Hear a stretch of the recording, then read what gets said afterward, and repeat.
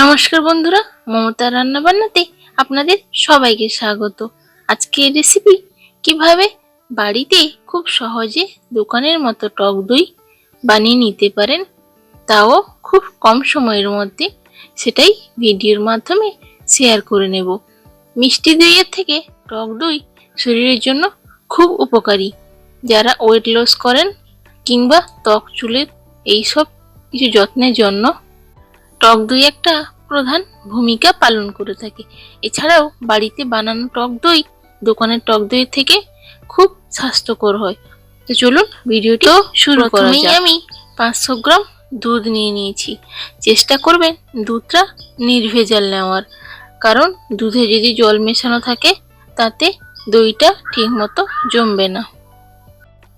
এবার দুধটা আমি গ্যাসের চুলায় হাই ফ্লেমে গরম করতে বসিয়ে দিয়েছি। দুধটাকে 2 থেকে 3 বার ভালো করে ফুটিয়ে নিতে হবে, যাতে দুধের মধ্যে যে একটা গন্ধ থাকে সেটা চলে যাবে। এইভাবে ঘন ঘন নাড়াচাড়া করে ফুটিয়ে নিতে হবে।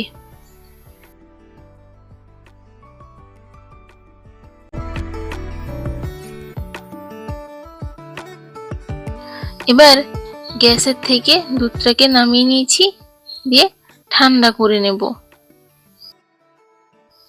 এবার এদিকে একটা আমি পাত্র নিয়েছি, তাতে ছাঁকনি দিয়ে আমি দোকানের কেনা টক দই 2 চামচ পরিমাণ দিয়ে দেব, যাতে জলটা যে আছে ঝরে যায়।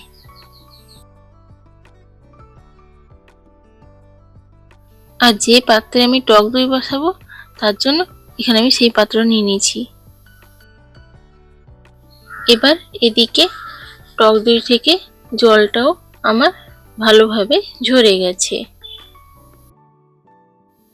এবার যেই পাত্রে আমি টক দইটা জমতে দেব সেই পাত্রে জল ঝরানো টক দইটা দিয়ে এইভাবে হাতের সাহায্যে চারিদিকে মাখিয়ে নেব।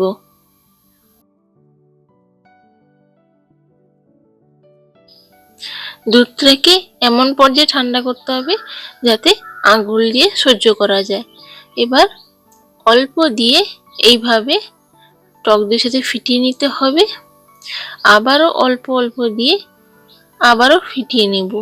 এইভাবে ভালো করে দইটার সাথে দুধটাকে মিশিয়ে নিতে হবে।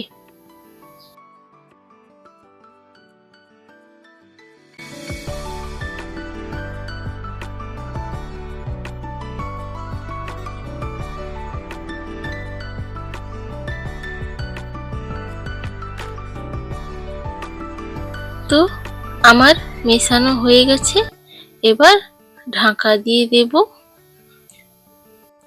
এবার একটা বেডশিট নিয়ে নিয়েছি 4 ভাঁজ করে, তার মধ্যে পাত্রটিকে বসিয়ে দেব ভালো করে, দিয়ে ভালো করে এইভাবে ঢাকিয়ে দেব, যাতে কোনো বাতাস না ঢুকতে পারে।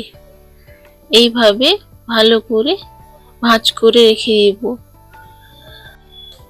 আপনাদের কাছে যদি কাঁথা থাকে আপনারা সেটিও ব্যবহার করতে পারেন।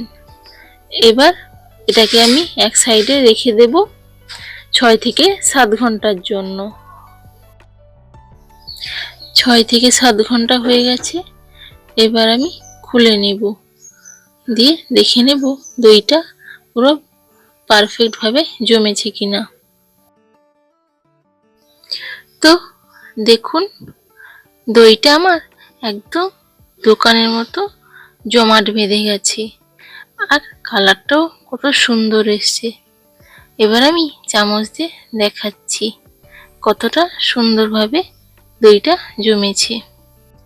তো দেখে বুঝতেই পাচ্ছেন একদম মসৃণ ভাবে জমেছে, কোনো দানা দানা হয়নি, একদম পারফেক্ট ভাবে পুরো দোকানের মতো। তো আর দেরি কিসে, আপনারাও এইভাবে বাড়িতে বানিয়ে ফেলতে পারেন খুবই কম সময়ের মধ্যে। আর কেমন হয়েছে অবশ্যই কমেন্ট করে জানাতে ভুলবেন না। আর ভালো লাগলে লাইক করে দেবেন, আর এইরকম রেসিপি দেখার জন্য আমার চ্যানেলটিকে সাবস্ক্রাইব করে নেবেন। তো সবাই ভালো থাকবেন।